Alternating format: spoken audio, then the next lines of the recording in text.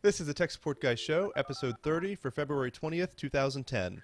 Google Nexus review and complaints.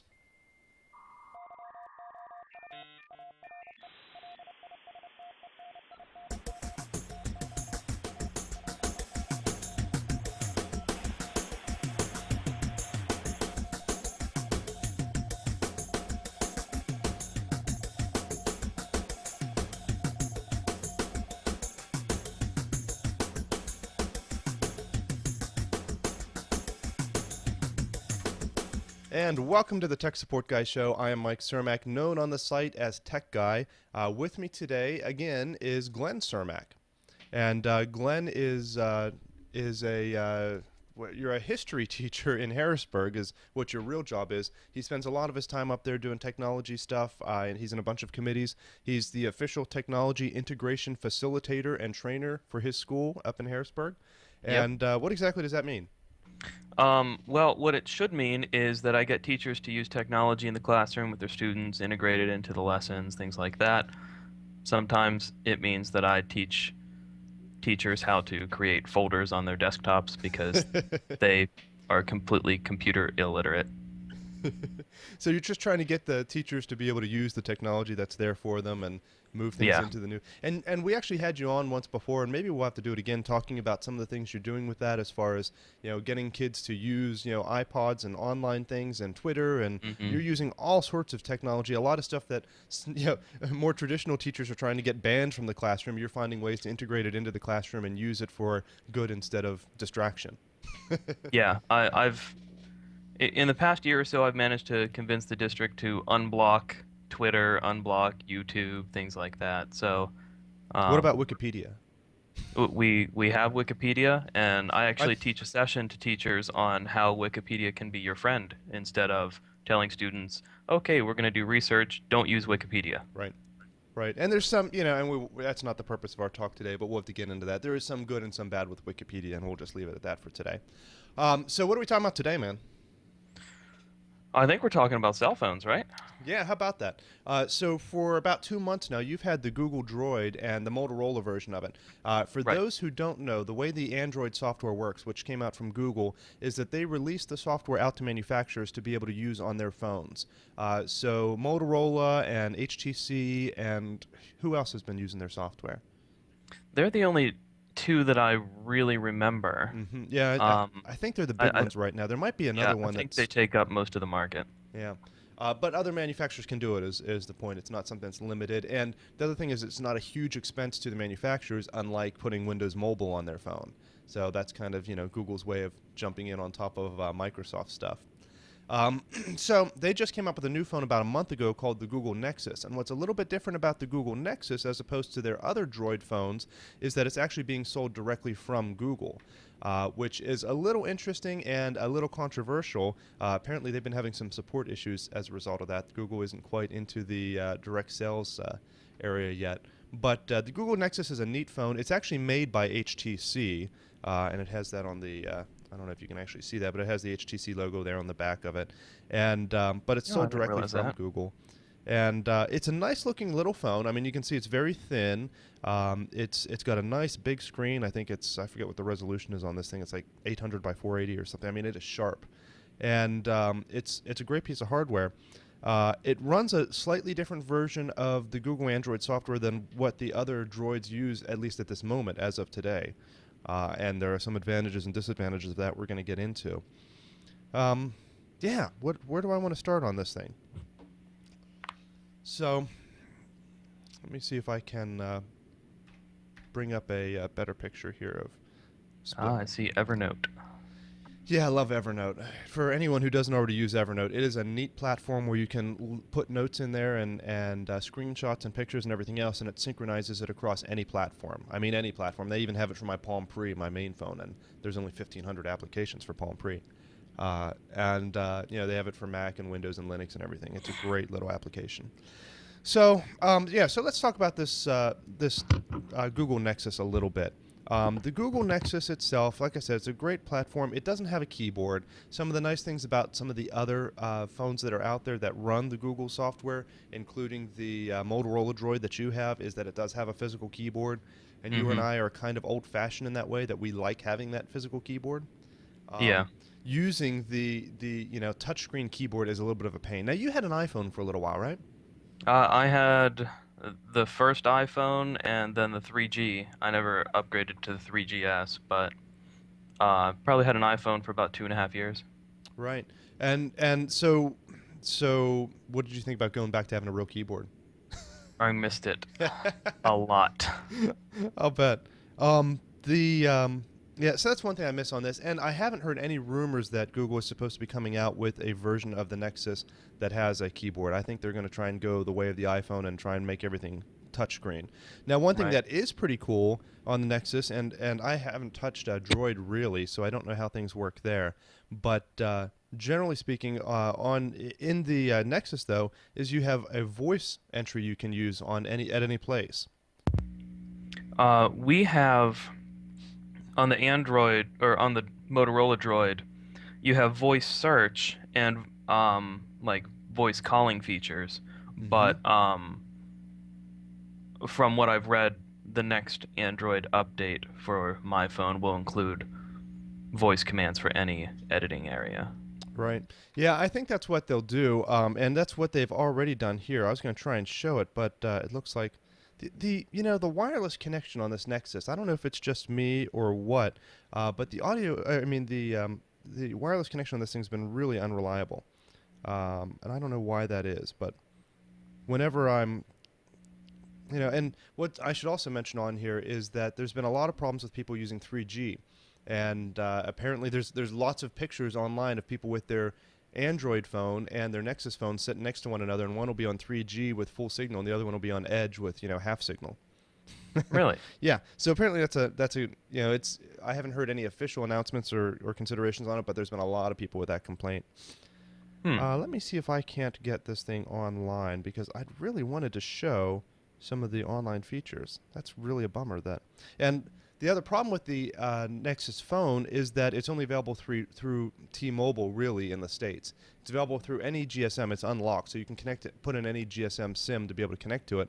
But if you want Well, it is coming 3G, soon to Verizon, isn't it? yeah, it is coming soon to Verizon. I think that's supposed to be a couple of months out yet, Right. but right now it's GSM only in the U.S. Oh, it's GSM only, and in the U.S. that means T-Mobile if you want 3G. You can put an AT&T card into it, but you can't get 3G AT&T.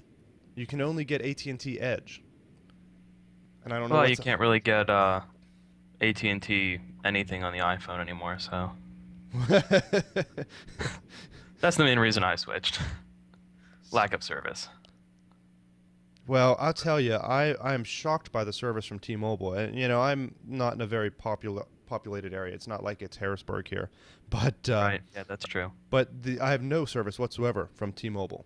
None. I mean, I'm in airplane mode right now on this thing, and if I turn it off of airplane mode and onto searching for carrier, it'll kill the battery in a couple of hours while it searches for signal because there's no signal from T-Mobile out here, Really? and that's a bummer. I've never actually looked at their service map or anything. I've only really looked at, AT&T, Sprint, Verizon, big ones. Right on. Yeah, I tell you they don't have service here. So why am I not able to get onto Wi-Fi here? It's showing me, let me see if I can bring this up here just for fun. Showing me that I am connected. I'm 65 megabits per second. Excellent connection, WPA. Shows me all of that. So why Maybe you can't... should search on the Tech Support Guy forums. Right on. Good idea. Maybe I'll just tell it to forget this and have it search for it again. There's Chambersburg. Go in here and type in, oops, don't show my password though. Oh, that is going to show my password, I see. Well, in that case, what I'll do here is just take to Glenn. Hey, how's it going, man? So type in my password here. My password is Glenn Stinks. And I tell you, this on-screen keyboard is very frustrating. And it's, I know most people tell me, everyone, whenever I complain about that, everyone always says, well, use it for a couple of weeks and you'll get used to it and you'll really like it. And there are some advantages to it. It is nice that it can show, like a .com button. And if I'm on a calculator, it can show just numbers. And, that kind of stuff is cool. I understand. It's nice having it, having extra options in it. But I don't know. hmm The touch and feel of the old school keyboard is just my my cup of tea. I kind of got used to it with the iPhone. I still use the on-screen one for like quick replies to text and things like that. But if I'm actually in the browser, I use the actual hard keyboard. What a shame, this silly thing. So that's, what I think about the Android. It won't connect to my wireless network anymore. Um, Honestly, just awful. I'm going to go ahead and restart this thing and see if that helps it, because it has in the past. But, that says something about it right there. I mean, we're just, we're not trying to do anything special here. It connects to the wireless network and it won't surf the web. Like, really? Mm. And apparently I have internet access because we are streaming this. Anyhow, we'll let this thing reboot, and then we'll give it another shot here. In the meantime, talk about the hardware just a little bit. Like I said, it's made by HTC, sold directly by Google, unlike the Android ones. It has 1 gigahertz CPU, which is actually pretty fast for a mobile phone. I think it might be the fastest one out there. Maybe that Nokia one is pretty fast as well. I'm not sure. 512 megs of RAM for the device itself to run, and also 4 gigabytes of storage memory on it, which is nice. And it also does have a SD slot on the back, so you can put additional memory onto it. I think it's a maximum of 32 gigabytes additional memory you can put onto it. It's a good device, and for me, I never need more than 4 gigs on it anyway. I guess if you're going to want to put a whole lot of music or videos or something on it, you'd probably want to put an SD card in it. But otherwise, it's a phone for me. So.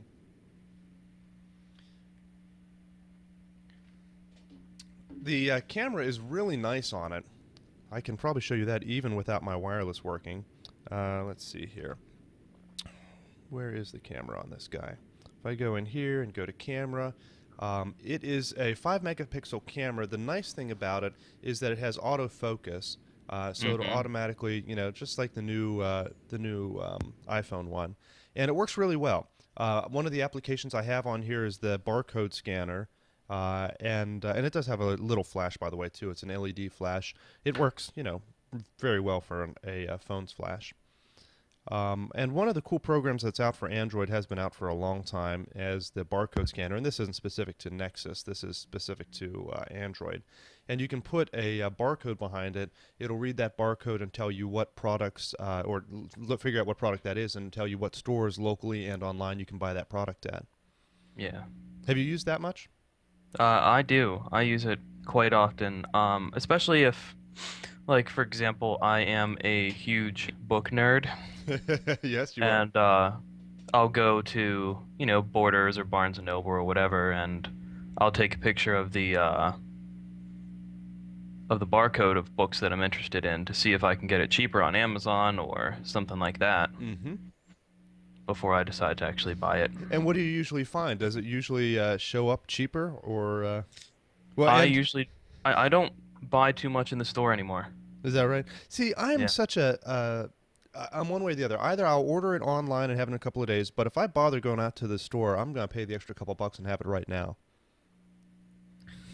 I can see that for some things, but a lot of things I don't really need right then. Most of the time when I go to the bookstore, it's just to walk around. I don't actually want anything. Oh, well, I want coffee, but other than that. Oh man, well this stinks. Not able to show this thing at all. That really stinks. Well, some of the things I can point out, even without it being able to connect to the internet and without having service here because it's stuck on T-Mobile, is it has a nice big touchscreen here. It's got the autofocus 5 megapixel camera. It has noise cancellation on it, and I think that's a new feature for the Droid phones also. It's got a microphone here on the back that it uses to pick up background noise, and that way it can take that out of the sound. The Oh, actual well, that's microphone, interesting. yeah, the actual microphone's on the very bottom, which is not a very good placement. It's not an unusual location, but apparently it's caused some problem for people whenever they are holding the phone on their shoulder. It'll cover up the real mic. But yeah, it's interesting Maybe that they they've should use got that. Bluetooth. Well, that's true, and I would suspect that the noise cancellation doesn't work then if you're using Bluetooth, because it might be in your pocket or something. But Right. but yeah, that is kind of neat. That's a Hmm. little I like interesting. that. Um, just for fun here, what if I turn off the airplane mode? Let's do that. It shows that Wi-Fi is on and connecting anyway, but just for fun, we'll do that. Um, and what else do I want to talk about with it? Yeah, we talked a little bit about the entry. I wanted to show that, but you have to be connected to the internet to be able to do voice entry. I think that I think the phone doesn't do the voice to text. I think they somehow that's integrated with the internet. Um, so if I go in here, you can see on all of the, I think, I could be wrong, we'll see. I'll try it here now. On all of the inputs, including this is just a text, sending someone a text message. All of the inputs, you got the virtual keyboard down here, and you've got the microphone icon down there. So you can just click that microphone. Whoops. Click that microphone. Testing 1, 2, 3. Testing 1, 2, 3.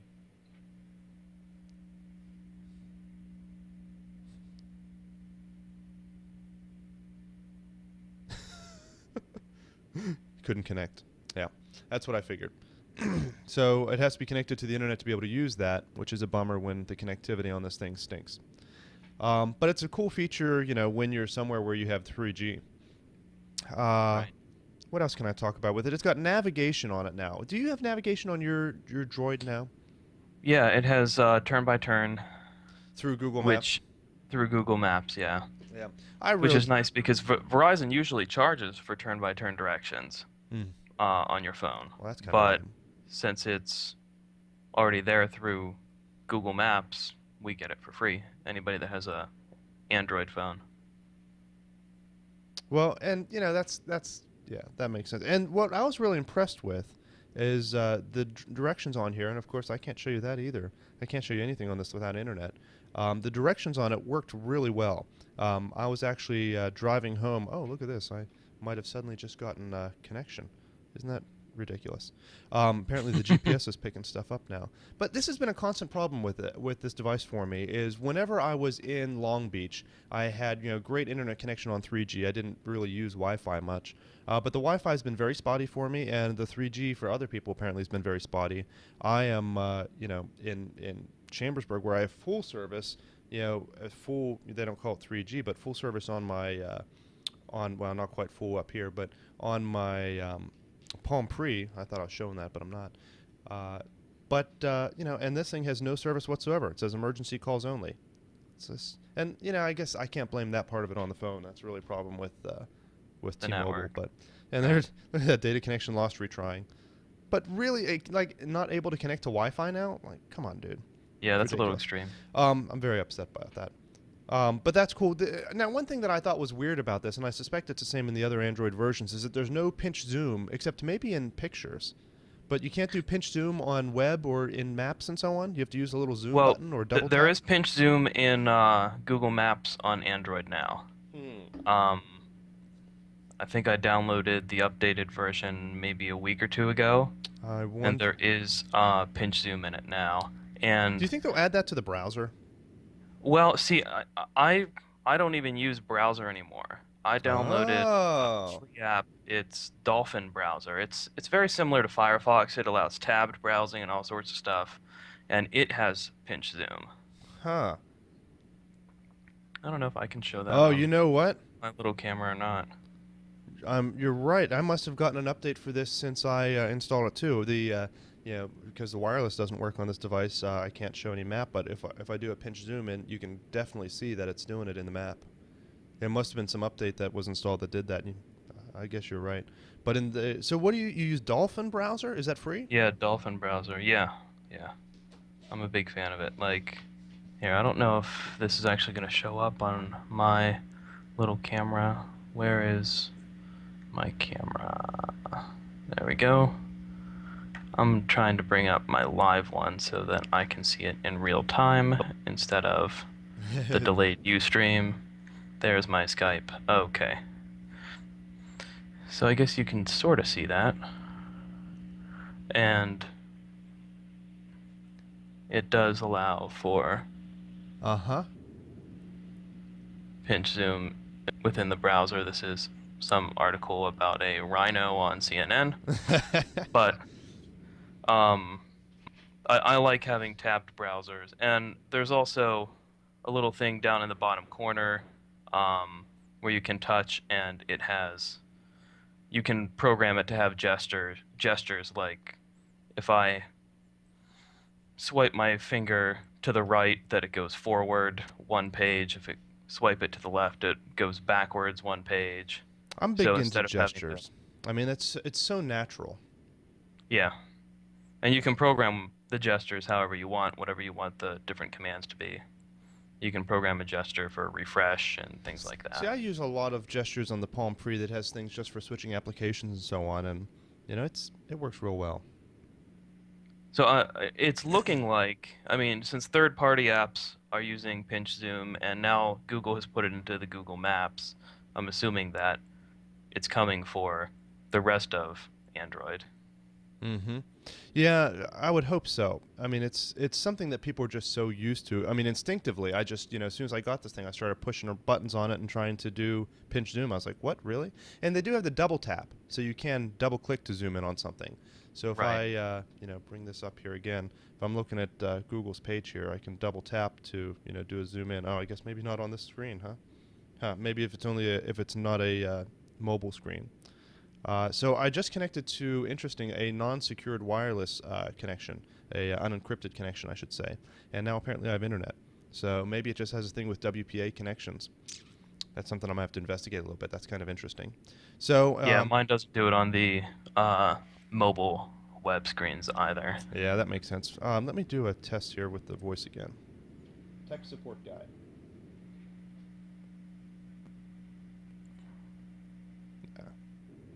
Yeah, look at that. And it's very reliable, as you can see there. Maybe you can see. I mean, it actually did bring up, yeah, tech support guy. All I have to say is go, yeah, that's right.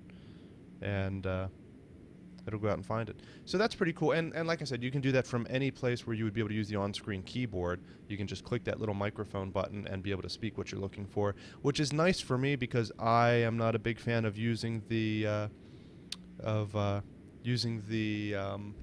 I going to say? The on-screen keyboard. Yeah. Oh, I'm looking at the mobile version of the website. Well, even so, you can see here. Well, actually, did you just see that? Huh. Did I get some kind of update, or was I just making stuff up? Look at that, dude. Tell me how jealous you are now. Well, no, I'm not that jealous because my Dolphin browser does that. And it has tabs. Yes, it does have tabs Huh. I and swear gestures. to you guys, whenever I played with this thing a week ago, it did not do that. And No, I did mine doesn't do it. I'm trying right now. I might be wrong. Yeah. But say, what system software does your Droid use? Let me look. If we go in here, just for the sake of curiosity here, if I go in here into this and go into settings and go to about phone at the very About phone, bottom. right? So where do I find model number, firmware version? I guess that's what we're looking at, right? What'd Yeah, you think? firmware. So mine Yeah. says firmware version 2.1-update 1. Mine's 2.0.1. 2.0.1. So there is a bit of a difference there. Yeah. So from what I've read, some of the differences between them, and maybe you can confirm these. One, the biggest and most important thing is that they have moving wallpaper. Have you got that on Yeah. yours? They're no, not by default. Um, Third-party apps or I something. installed Open Home, and which is in the App Store. It's like $3.99 or something, but it allows it to be much more customizable. Your different, I guess, desktops, and that allows moving Yeah, back. and there's only like, I don't know, 10 of them here, and most of them are pretty lame. Like the one that is installed by default is this Nexus one. And let me show that to you here. So this is the background of it. And it's got, these little things that are flying through there and annoying you. And it's interactive wallpaper. So if I touch it somewhere, the little sparks come out from wherever I touch it. Yeah, isn't that just super useful? That's so useful. Yeah. But some people are really digging that. They really like that kind of thing. Whoops. Let's see. What's the easiest way to get into my wallpaper here? Here, I mean, it's wallpaper. kind of cool that it does that. Yeah, whatever. I remember when Vista and XP started having those live backgrounds, and it was a big deal for people. But I picked like the least distracting one of that, this water one, Hmm. which is kind of neat. It's got leaves floating by there, and I can touch it, and the water will kind of, come out from It wherever I reminds me of touch it. that koi pond Yeah, app. exactly. That's what it is. So that's kind of nice. But so that's really lame. It has quick on-off switches as a widget. This is kind of cool, and there's probably a third-party app to do that even before you get the update to 2.1. This comes turned on by default at the top, and it's a widget that allows you to turn Wi-Fi on and off. You can turn. Whoops! I can hit buttons accidentally. It can turn Yeah, Bluetooth on and I off. actually have the same thing. This widget comes pre-installed on 2.0. Yep. Huh. I guess someone lied to me then. See? Wow, it looks very, very similar. Oh, I see it down at the bottom. I was looking at the wrong place. It's identical. What is that Yep. above it? The ring volume or something? That is, what is the name of that? Audio something. It's an audio manager. Gotcha. It's an app that I downloaded. It lets you adjust volume for each individual thing a little easier than going into your settings every time. You know, and one thing that I miss about this, it's not that hard to switch, but one thing I always liked about Palm devices, and I hate always making this a Palm comparison thing, but I am the guy who likes Palm devices, the one and only. At the top of the Palm phone, like I said, 1,500 applications. Woohoo. At the top of... I'm a little jealous of the new Palm though. Yeah, the Palm Pixie or No, the what Palm is it? Pre The Plus? Yeah, Yeah. that has it can serve as a mobile hotspot for up to Yes, 5 that is a minutes. cool feature, and there's I'm no a little jealous reason of this that. one can't do that. In fact, there is a program you can download to make this do that, but it's not in the catalog because the carrier Sprint won't approve it. But Yeah, Verizon will. I saw the new Palm is coming on Verizon. That's right. Yeah, the Palm Pre Plus, and I believe it's already out. And the biggest difference, if you're looking at them to try and determine if it's a Palm Pre or Palm Pre Plus, other than the fact that this one is Sprint and the Palm Pre Plus is Verizon, is that they got rid of this little button at the bottom. The one and only real hard button, on the interface, other than on/off, is down there, and they just got rid of that. They said they tried to simplify the interface. I was like, really? Get rid of the one button? All right. So, which is kind of annoying because if you touch that part of the screen, this bottom part is a touch screen, as you can kind of see down there by the little lights that light up. And that's where you can do some gestures, your back, your forward, and so on, and up and down and so on, you do from there. But it's really easy to do if you can see where the heck it is. If that little button isn't there, it's harder. Some people are complaining that it's harder to figure out where the center of that thing is. You don't. I mean, you can roughly center it, but you know what I mean. It's anyhow. Yeah. I think I Yeah, I'd like imagine having a it'd button. make it a little bit easier. Anyhow, what I was going to say, though, as far as volume and things like that, on the top of Palm phones, there's a little switch here. I know it's hard to see on camera here, but there's a little hard switch. And if I flip it on, now it's on ringer, and if I flip it up and that little red piece is exposed, it's on vibrate. And it vibrates whenever I flip that. And, Sure. it's a really simple thing. Yeah, you can do it on the software. There, it's on ringer, and now it's on vibrate.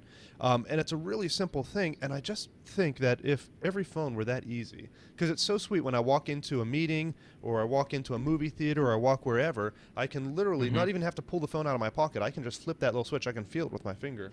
Don't even have to look at it, Yeah. Anyhow, I think every phone should have that. That's what I'm saying.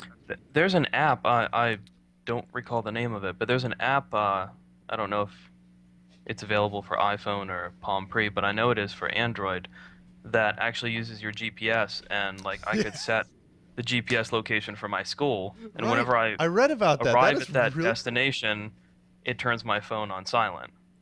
Yep. And then whenever I leave it, it turns it back on. Now I have to wonder about battery usage on that because the GPS is always running and every so often it has to be checking in to see where you are. But that is really cool. I think that's neat. So the idea is suppose you That's walk really into the lazy way to do it. whenever you walk into work, like Glenn said, it switches you to vibrate. Whenever you walk out, switches you back to ringer. That's cool. Imagine if everyone had that, and imagine if it automatically did it for movie theaters, and. Maybe I'll download that and try it for a couple days and let you know about battery life on it. Yeah, that'd be interesting. And that's the other problem I've had with this is battery life. Like I said, whenever it has no signal or weak signal, of course it's going to be really bad battery life. But even in general, a lot of people are complaining that the battery life, even compared to iPhone and so on, is pretty bad. After 2 or 3 hours of surfing the web or playing games, it's practically dead. Maybe they should get a real computer. Yeah, maybe. And the thing is, it is really fast hardware. It's a really, big bright screen. I mean, it's all of these things count up, and especially if you have Bluetooth on and Wi-Fi on and everything else turned on, Right. It's yeah, See, I typically don't have Wi-Fi turned on, but I have full 3G service here. yeah, yeah. Um, but my Droid battery lasts longer than my iPhone battery did. Oh, that's interesting. So if I let me just do a test here, and I haven't tested this, so I before the show, but we'll see how it works now that I actually have some internet access on it. If I do the voice thing, just to show people, I know you can do this on your Droid as well, but just to show people what the navigation is like on Droid and on Nexus. Where am I going to have it take me to? It's taking me to Harrisburg. What the heck, huh? Yeah, come visit. Navigate to Harrisburg, Pennsylvania. And as you can tell on it, you can speak very clearly, fluently, normally, normal tone and everything. You don't have to do anything special, and it'll pick it up. And here it is, getting driving directions. Says it's 58 miles away, 1 hour 5 minutes, and searching for GPS because I'm inside. That's not surprising. It'll take it a minute to find that inside if it can find it. There it is. And it's has the voice. I don't know if you can hear that over the mic, but it has the voice to tell you where you're going. It told me turn left, and not just turn left at the next road. It said turn left on Sollenberger Road, State Route 401, or whatever it is, 4013. And it's really nice. I mean, have you used it for navigation much? I did. The first time I really used it, I mean, I played with it some, driving down to our parents' house for Christmas and things like that. But the first time I really used it for actual directions, so I knew where I was going, was this past weekend when Laura and I went to Atlantic City. Never driven there before, Yeah, that's right. and And it you didn't lose it was in a bet, though, extremely huh? accurate.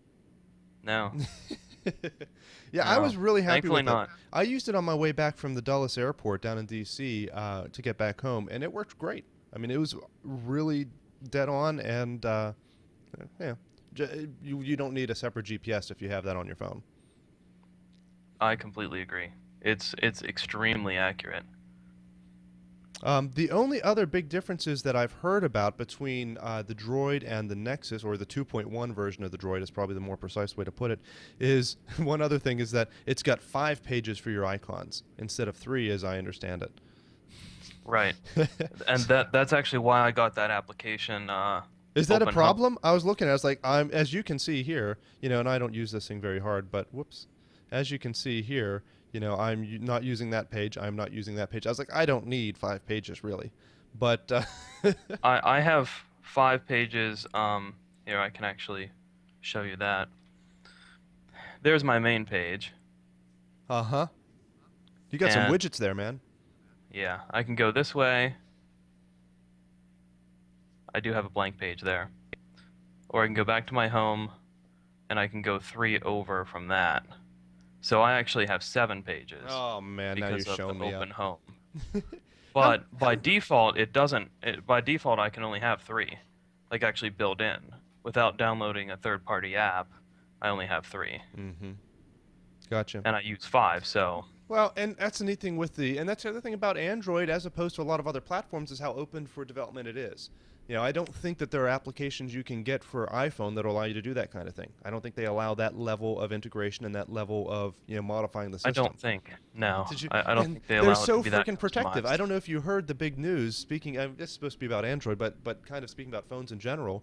The news as of yesterday that Apple has started to censor even more so the applications that are in their store. They already a couple of weeks ago How can started. you censor more? Yeah, I know, right? They're very protective, and that's a good thing and bad thing, and that's the way things work in Apple in general. I mean, that's the way it's always been, not just with iPhone, but it's very protected. If you want to do things, you have to do it their way or not at all. Hmm. And Right. there's advantages and disadvantages to that. You have fewer problems in some cases, but you're just limited as to what you can do.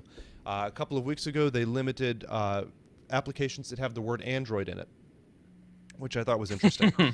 Yeah, a strange thing. Well, that's a swear word. Well, and I don't know how many applications had the word Android in it anyway. Maybe there were applications that were supposed to duplicate functionality from the Android or make it look like the Android. I don't know. But for whatever it was, Google didn't like it. I mean, Apple didn't like it. So yesterday they started censoring sexually explicit applications and blocked a bunch of applications that apparently had inappropriate material on them.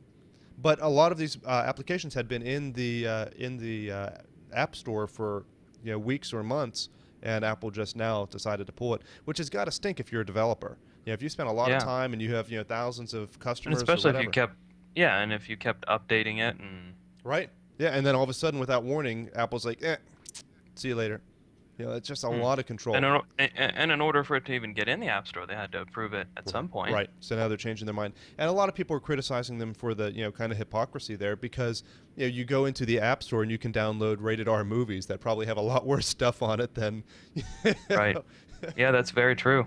It's like, oh no, we can't have. And there is a rating system built into the Apple 2.0 iPhone software, so parental Hmm. controls and so on that can limit what people can download, and if it is a kid's device. But anyhow, Right. that's kind of funny. So the Android's kind of Well, one taken thing the I do like about Android when it comes to downloading apps is I don't know how many apps you've actually downloaded, only a couple. but whenever you go to download it, before it starts downloading it, it comes up with a screen that lets you know Mm-hmm. all the different things that application is going to access on your system. Right. Yep, that is Where really neat. And Apple doesn't have anything like that. is that right? See, I've always wondered about that. I've never owned an Apple iPhone, so I'm not a big, I don't know a whole lot about them.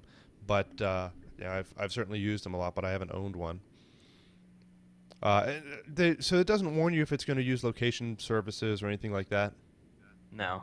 That's Now when you actually go to run the program, location services you have to allow uh-huh. The first time or every time? the first time. Mm-hmm. That's reasonable.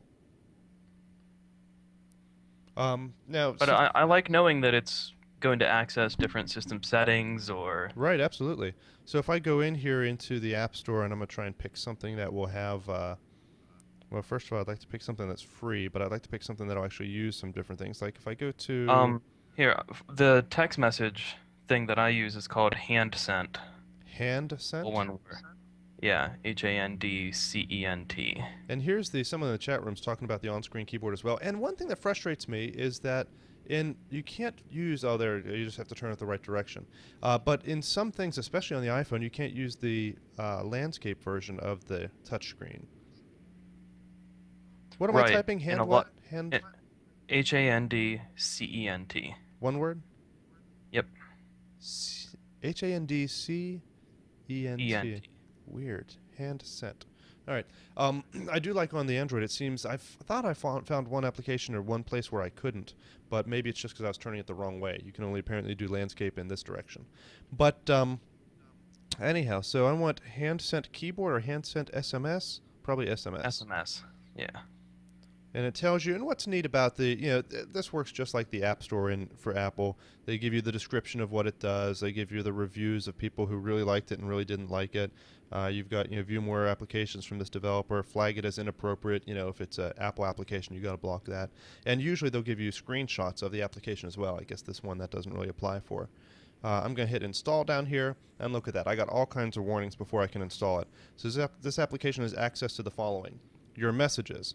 It can edit SMS or MMS messages, read MMS messages, receive MMS messages, receive SMS, your personal information, your contact data, uses internet access. It can modify and delete SD card contents, services that cost you money. It can directly call phone numbers, send SMS messages, and it's very clear. And if it was something that used your GPS, it would warn you about that as well on here. It's very. I thought I'd give you one with lots of warnings. That's a whole lot of warnings right there, and I'm sure And there's everyone I who think there's downloads still this reads more that. of them if you hit show all down at the bottom. Oh, really? So maybe it does use GPS? Oh, I guess those are less important ones. It can control the vibrator. Yeah. All right. So yeah, that's a neat thing that you got to be upfront about. You got to let people know what it's going to use. That I think is a little bit excessive. That's giving too much information, and people are not even going to look at it or use it.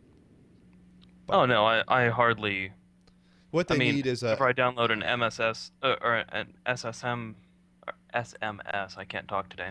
An SMS program, I expect it to be able to access my messages. sure, absolutely. But if you were downloading a game and it came up with that message, you might think otherwise.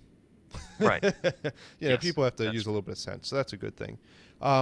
The biggest problem I have with this phone, and the biggest reason I can't use it as my primary phone, A couple of things. First of all, the keyboard, I think I would have a hard time getting used to it, but I haven't even been able to give that a real shot because I haven't been using it for more than, an hour a day, every couple of days. I've been playing with it, but haven't been using it as my main phone. You know what I mean? Sure. So that's a problem. The other thing is the T-Mobile thing is a killer for me because I'm in an area that doesn't have T-Mobile service. I Right. can get an AT&T card and put it in here, but again, then you don't have 3G. You're only on Edge, and that's Hmm. lame. That's much slower speeds for people who don't know. So that's a bummer. The other thing that is a deal breaker for me almost is that the Exchange integration. For people who use their phone for work, oftentimes the way they do it is they connect it to an Exchange server at work, which allows them to synchronize their email, their contacts, their calendar, their tasks, all that kind of stuff gets Hmm. synchronized across computers and to your phone. And that's with every phone. The iPhone has had that since 2.0, I think. Yep. Maybe I don't think they had it before that, but I No, they think I didn't. criticized them for that then as well. And the Palm Pre has that, and Windows mobile devices have always had that. And every BlackBerry, everything out there can synchronize to Exchange. So on the Nexus, it does have Exchange capabilities. It will synchronize very easily with email, with contacts, but not with calendar, which is a big deal for me because I have a lot of things on my calendar and I need to know where the heck I'm supposed to be. And with this Hmm. phone, it won't synchronize. So I figured I'm doing something wrong. I go to the Google Help people at this conference that I was at, who were there to help people with these Nexus devices they were handing out. And the one girl said, yeah, the only way you can do that is if whenever you're starting up the phone, you add that calendar first before you add your Google account, because it'll synchronize with the first calendar that it sees. So I had to do a factory reset and go through it again, and I added it in again, and it still wouldn't synchronize to my Exchange calendar. So I ended up having to go up the ladder a little bit and discovered that no, that capability actually isn't available in the Nexus, which is really strange. The one guy I talked to, one of the product people for it, said that ability is going to be added in the future. He thinks there was no promises, but he thinks it will be. Other people have speculated that they're trying to get people to use Gmail for calendar and almost forcing them to do it here. But what's really strange to me is that this is Google Android 2.1 software. You're using the Google Android 2.0.1, the previous version of it, and you can synchronize Exchange Calendar. Yeah, I absolutely can. I don't have any problems. That's not fair. How do you have your Exchange? Now, I had trouble originally getting my calendar to sync. It would bring me my contacts and my mail, but it wouldn't bring my calendar in. Um, and I found online in a forum somewhere that if you I was putting in, like, for example, I work for Central Dolphin, so I was putting in their URL, well, their mail URL slash exchange, which is what their IT people had told me to put in. Mm, Um, but then I read online that if you just get rid of the slash exchange, if you just put in the location, that it'll bring in everything. gotcha. Yeah. So I did that and it worked perfectly. Well, and I've got the settings in here. Let me see here. Let me bring up that camera so we can see it. I've got my settings in here. I need to go to. No, you go down here. It's not under settings. It's under accounts, isn't it? Menu, settings. Yeah, maybe it is under settings. Now, if you go into Accounts. your mail and then you go into the actual account, you can go to Can you account see that settings. on? Yeah, here's account settings. I don't know if you can see that real well on this on the video here, and I'm not able to hold it steady enough. But I've got my Gmail account on there. I've got my personal or my business Exchange account on there, and of course my Facebook account on there. And if I go into Exchange, it tells me sync is on. I can go into account settings here, and let me see, where is that going to be? Incoming settings. So I have my server there, waynesbroadcast.com, no slash exchange on it. And again, it works for Yeah. contacts and for email. It works great.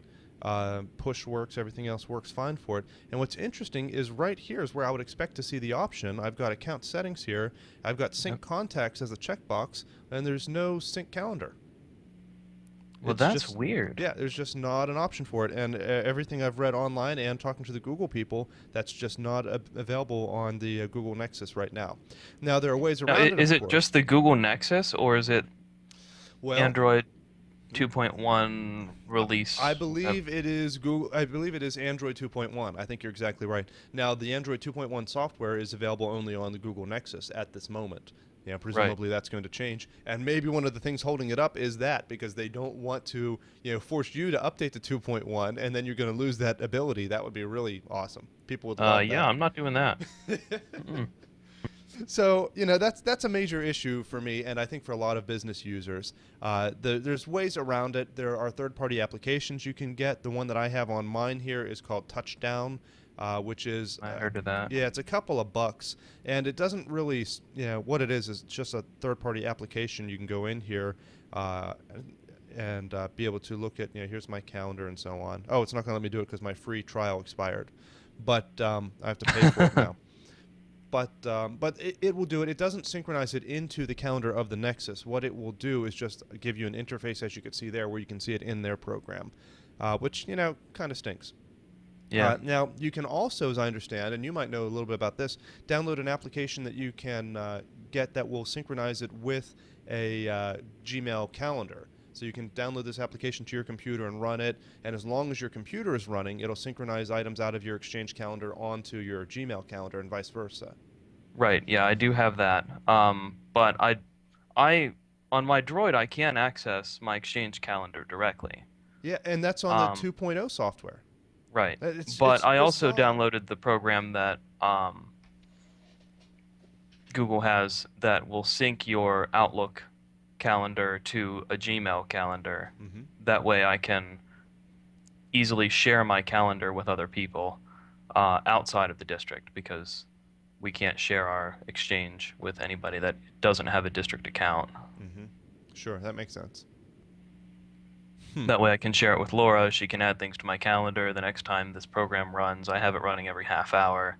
It'll sync anything she adds to my calendar, things like that.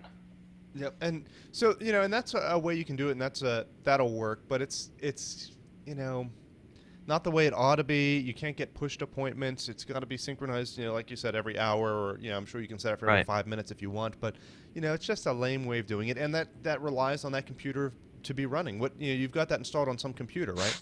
Yep. And if you have that computer, if you install it on your laptop, for example, and you shut off your laptop to take it, home during that period of time, it's not going to synchronize any appointments that change. It's Right. just, I was very surprised by that. Let me just put it that way. I was shocked to find that out I, that I can't believe that they would get rid of that in it's 2.1. ridiculous. And I can't imagine what they changed in 2.1. I mean, they have all these new features. The voice thing is the coolest of them. The wallpaper's lame. Most of it's relatively small changes. But none of those, I can't imagine how any of that should interfere with the calendar. It's just, that's Well, especially since it's still syncing your email and your right, contacts. right. And it seems ridiculous today to release a phone that's supposed to be used by business people at all that doesn't have Exchange capabilities in it. It seems I even agree. stranger to release one that has partial Exchange capabilities. Right. It's very, very unusual. I can't figure it out. But hopefully, they're going to fix it, I would assume. That's the implication. Yeah, that's what I understand from some of the people I've talked to, but you know how it goes. The Google people are very hush hush.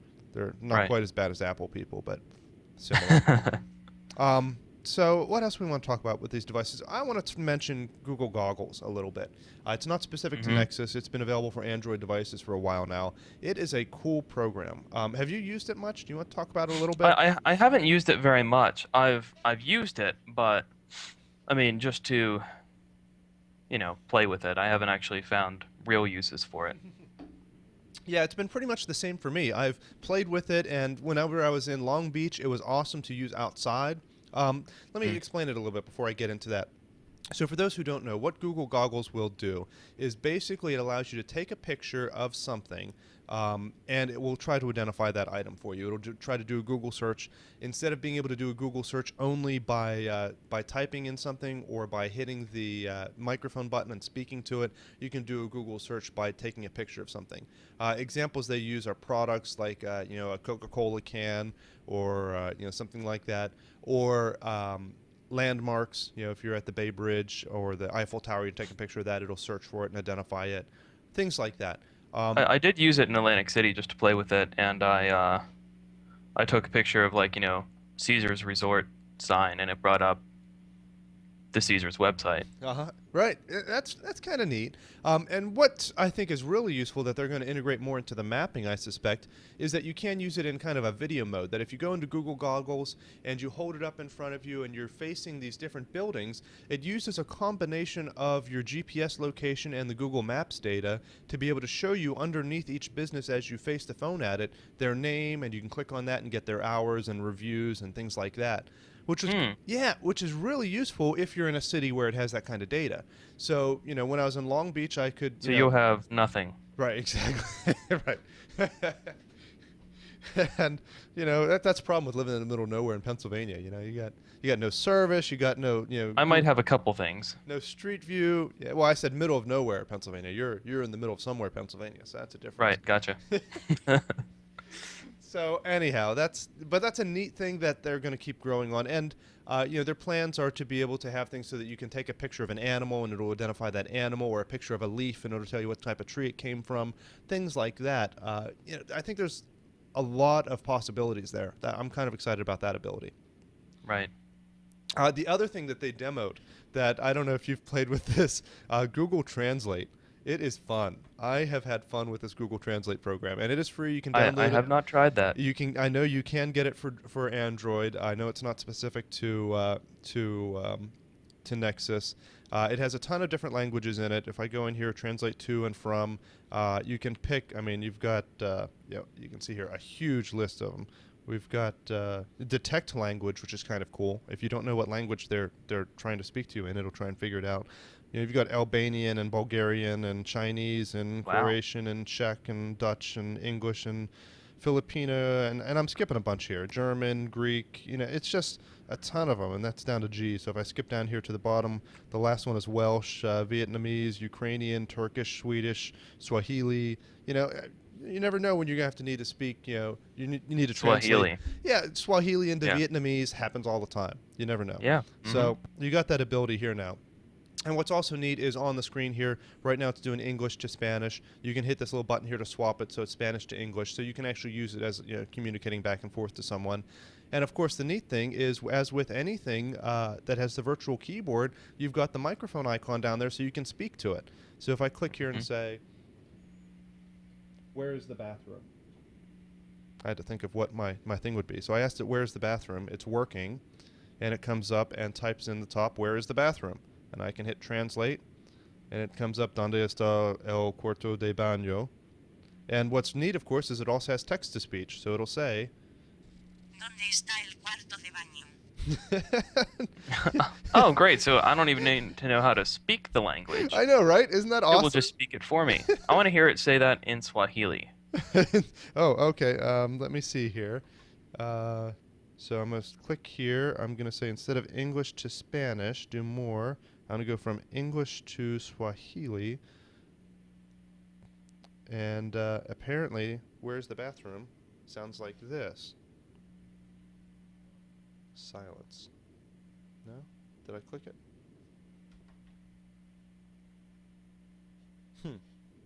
Maybe it's not coming up with a message. It seems to indicate that it will speak it, but maybe it's at a range that we're not able to hear. That could be. That's a common strange. problem with Swahili. Let me see if I pick something a little bit more like Swedish. That's not. I was thinking German, but that's a little bit too obvious. Swedish Right. is a little less.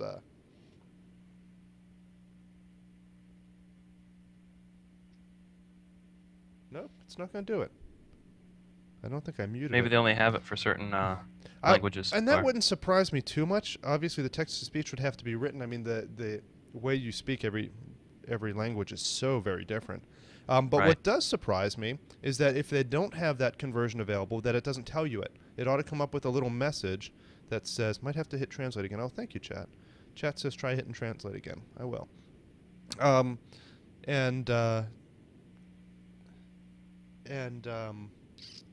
was I going to say? Oh, well, there's German. What I was going to say is I'm surprised that if it doesn't have it for particular languages, that it doesn't come up and tell you that. It says speaking in Swahili, and it doesn't say anything. That's Right. Maybe I did have to hit translate, though, because it did do German after I did that. Let me go back here, and let's see here. And go to language. Oop, I already had Swahili there. Go back. Go back to Swahili once. and do translate, and it translated it for me, and I hit the speak button and it says speaking in Swahili, but nothing comes out. Yeah, it's got to be that it just only has certain languages available. I mean, because it does it Yeah. in German, it does it in Spanish, it doesn't do it in Swedish or Swahili. I would bet if I go in here and choose French that it would do it. I think that it's just that they've only done it in common languages right now. Be cool if it would do it in Japanese. Let's see that. I would think that would be one they would have. That could go either way. And what's interesting is I didn't have to hit translate again. It automatically switched it to Japanese here. And what's also interesting is it doesn't have a speak button for Japanese. Huh. Isn't that interesting? Even if I hit translate, there's no speak button for Japanese.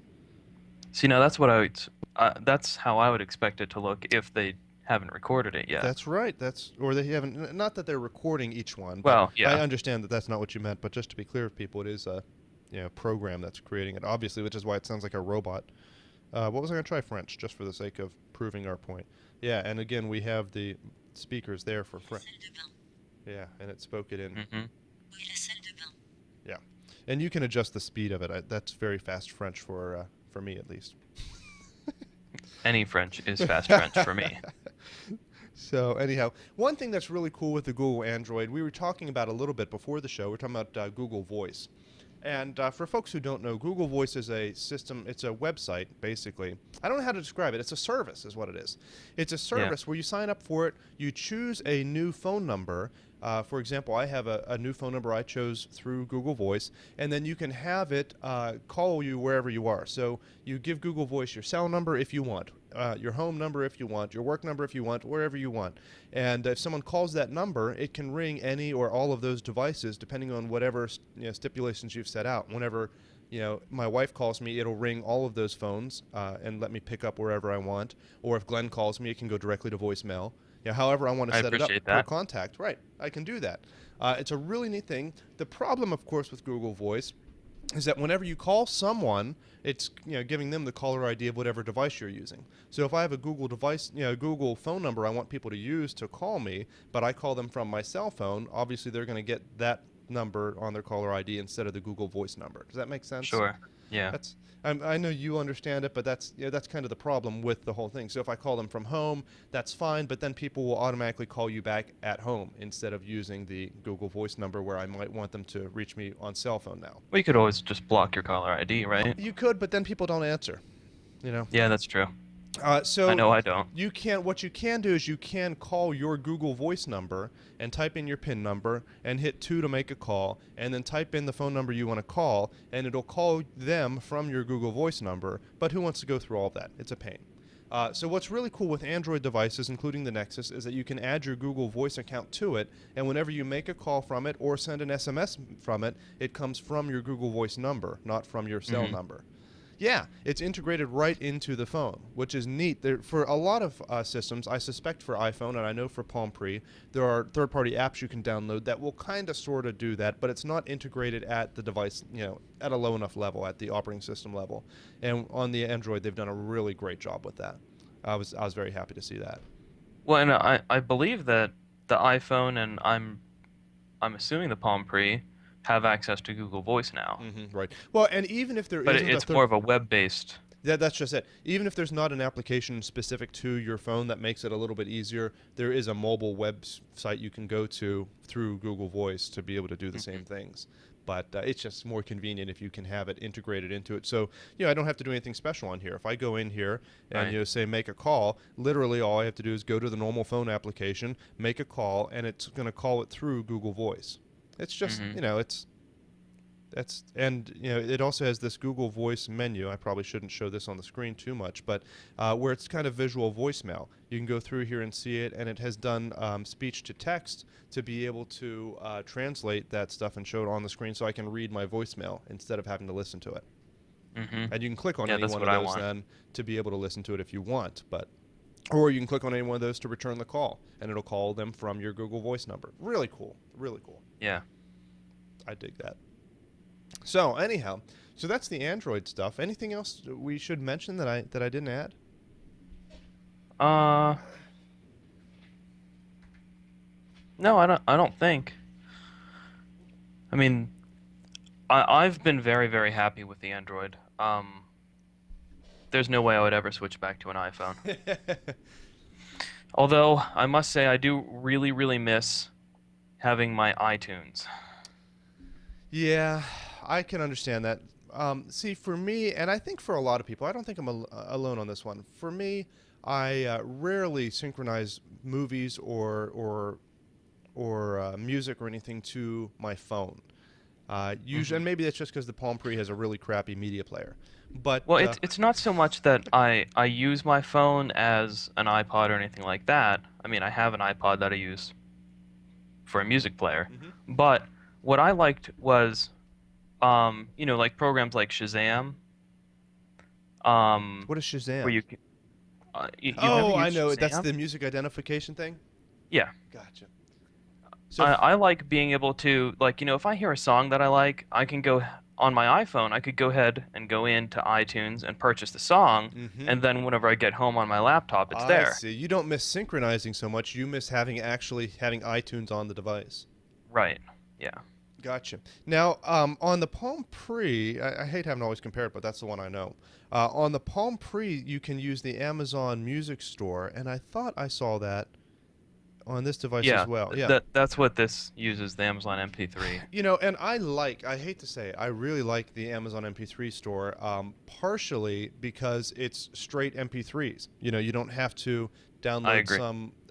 something that's AAC encrypted and that you can only use on certain devices or whatever. And this has a pretty decent. You can And search with I it. could be wrong, but I believe that the newer songs on iTunes, the ones that are $1.29, give Oh, give you the rights. Like you can put that on things other than iPods.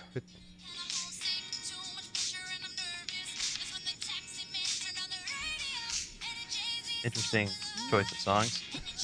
oh, come on! I saw Miley Cyrus. I had to. I have a student that walks down the hallway every morning, and he's screaming that at the top of his lungs. The funniest part of that story is when you went to he. I thought you were going to Yes. say she. Yeah, that's right.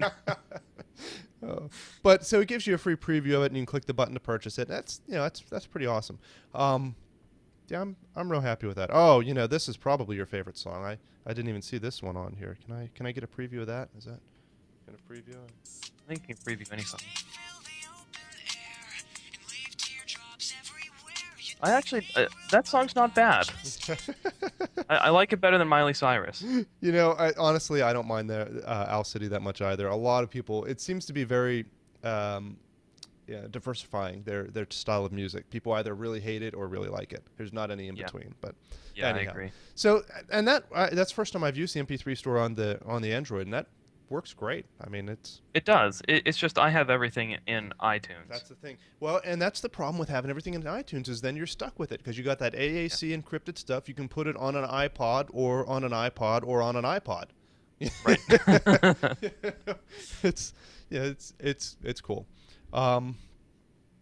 Right. So what else do we want to mention about this thing? Is that it? What's the takeaway here? So the Nexus is a cool device as long as you don't need to use Exchange. If you do need to use Exchange, you just need to realize you need a third-party app or you got to download that Gmail synchronization software, which isn't a huge deal really, but it's surprising. I don't know what they were thinking there. The cost on this thing, we didn't really talk about that. The Google Nexus, it's $179 if you get it from T-Mobile. The Verizon one's supposed to be coming out soon. I don't think it's going to take too long. It'll probably only be a month or so before Verizon has it, I would think. And the T-Mobile one, you're required to get a data plan with it. It's $80 a month, unlimited data, 500 minutes of talk time, which seems reasonable to me. Then Google, you can buy it directly from Google, and it's unlocked either way. Even if you buy it from T-Mobile, it's unlocked. You can pull the SIM card out, you can put AT&T SIM in, or an overseas SIM if you want. It's completely unlocked, which is cool. That's very unusual. Usually when you buy a phone from a carrier, like from Verizon or from Sprint, it's locked to their service. You can't just switch it to someone else's. But whether you buy it from T-Mobile or you buy it from Google, it's unlocked. Buying it directly. Now, if you buy it from T-Mobile, Mm-hmm. you're getting it locked at into a discounted contract. price.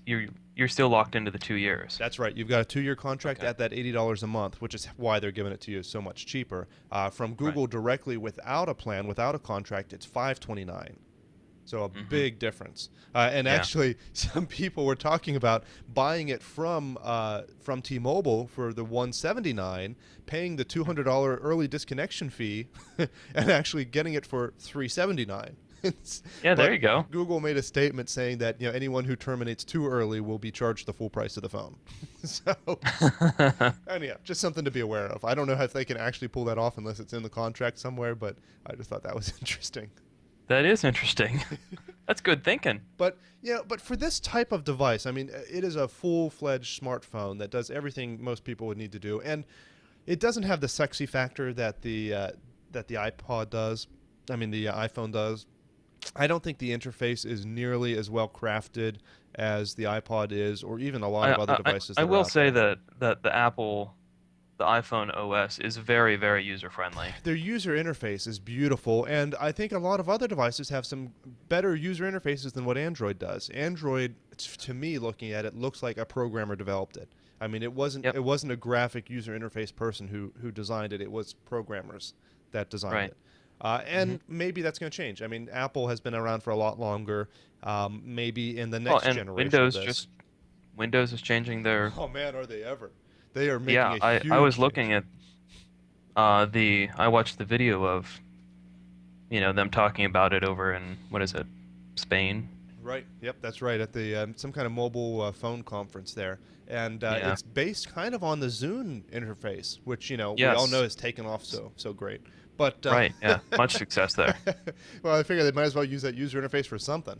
But what's funny is the Windows Mobile has pretty much stayed stagnant. Last year they made this big announcement about the 6.5 version that came out, and that was a whole lot of nothing. I mean, it was nothing.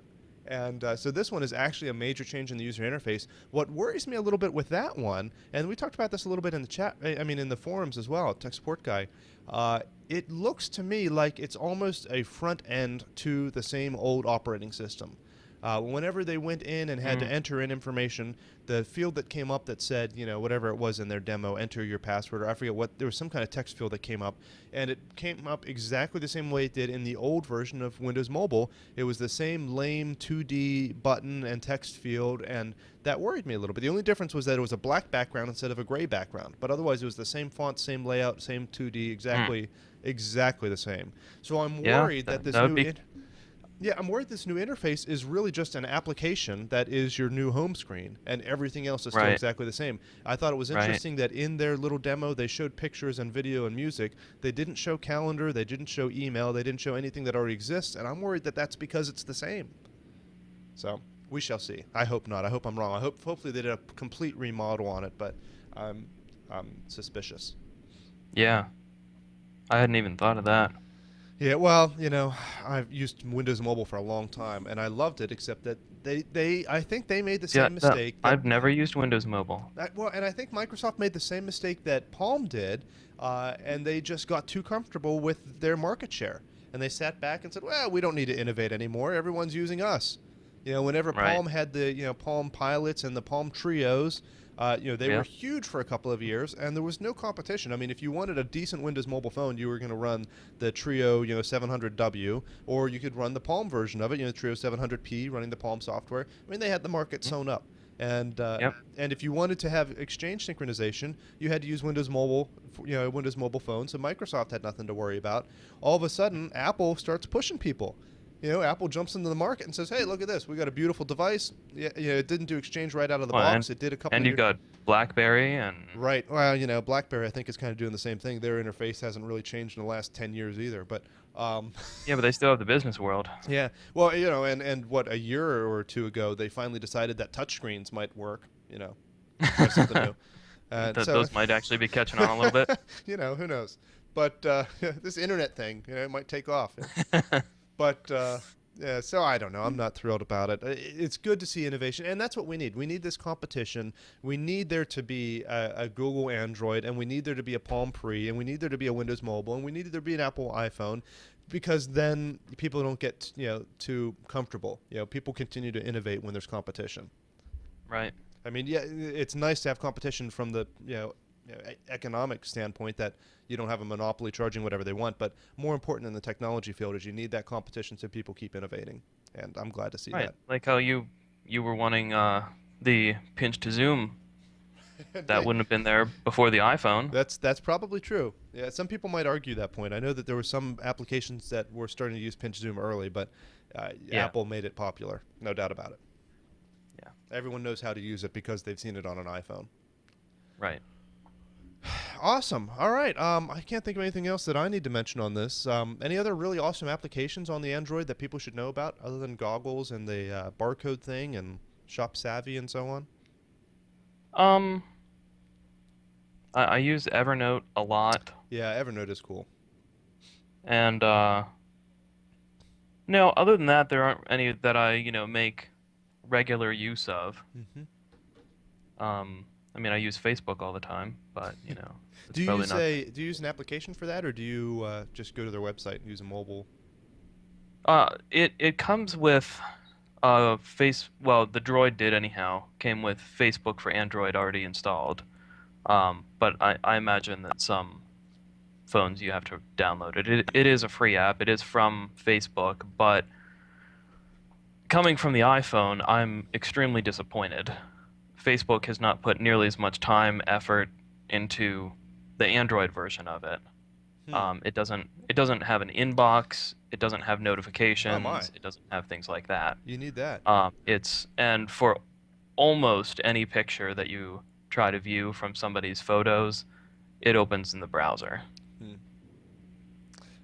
Does it have the Android 2.0 software? Does it have Facebook as a type account that you can add into it, so it can synchronize Yes. contacts and so on with that? Yes. That was Yeah. a big deal when the Palm Pre came out 2 years ago. That they were the first one to do that. They had a stupid name for it. I can't remember what they called it. Some like account harmony or something stupid, where they would synchronize accounts of different types together.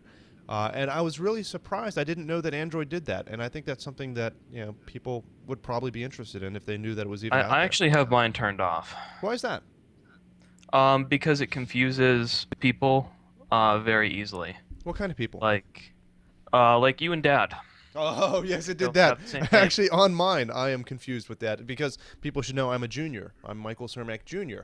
So, yeah, for some reason, the Google Android software doesn't know the difference between junior and senior, and it's very clearly indicated in there. I even went in and edited the contact to make sure, and they did say junior and senior, but Google doesn't know that sometimes that's done. Imagine in a family like, who is it, Mike Tyson, or who is it that has, no, it's George Foreman, where George everyone's named Foreman, George. Yep.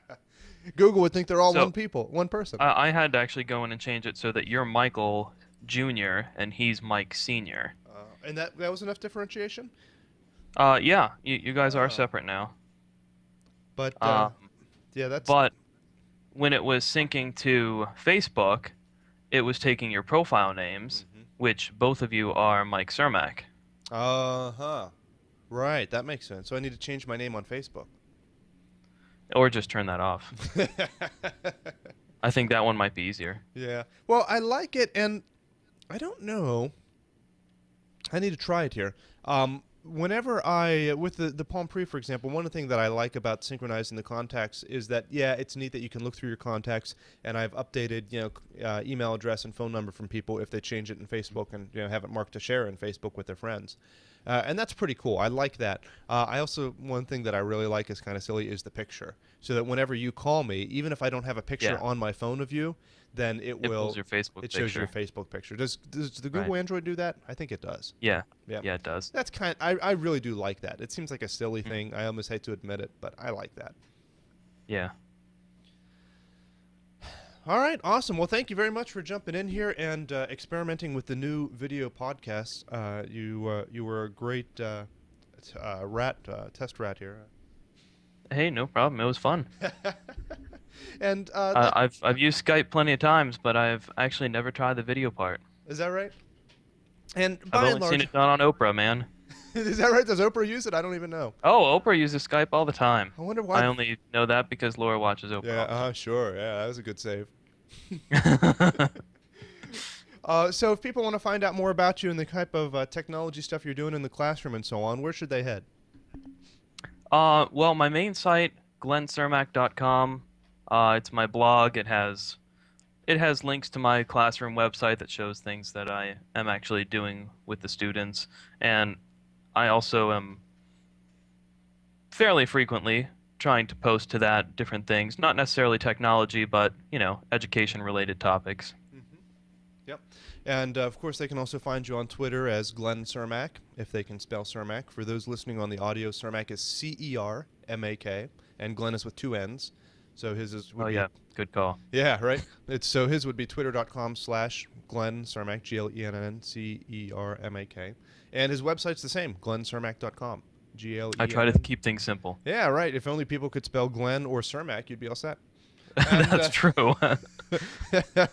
and so I really appreciate that. We'll have you back on to talk about technology in the classroom again. I think that's something that needs to be pushed much more than what a lot of people are. Yeah, I'm headed to a conference this week, so That's I'm sure I'll right. come back plenty. You were telling me about that.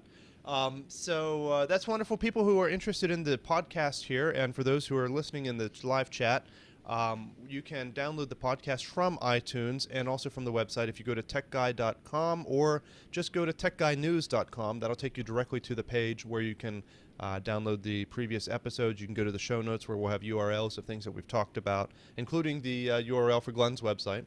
And so you can find all of that on there. Also, you can subscribe to it in iTunes, which is great. That way it automatically downloads new episodes as they come out.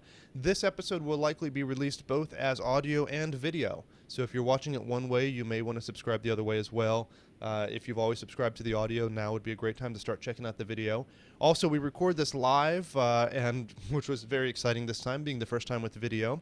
On streaming it through Ustream. If you want to watch that and join us in the chat room, as we had some great people doing that today and trying to help me use this phone through the chat room, you are welcome to do that. If you go to techguynews.com, there's a little link over there on the right that'll tell you when the next time we're recording an episode is. And I will tell you right now that our next episode is next week. It's going to be on Sunday, February the 28th, last day of February, and it's going to be at 12 o'clock noon. So if you're interested in joining us then, that's going to be a regular show with Dan and Brian. We'll be back then. We'll be doing normal tech news stuff, whatever we've missed here in the last week or so, doing a wrap-up there. So by all means, put that on your calendar. It was Sunday the 28th at noon Eastern time. Just head to techguynews.com at that time, and you'll see the live video of us doing this and the chat room where you can jump in.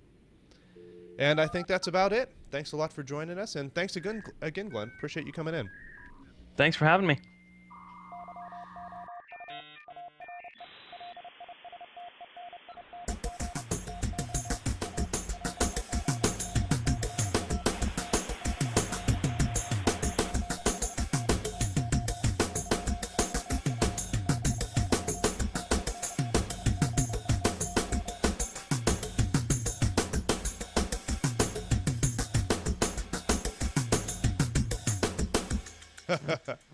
Now you just turned into a robot. Oh, that's no good.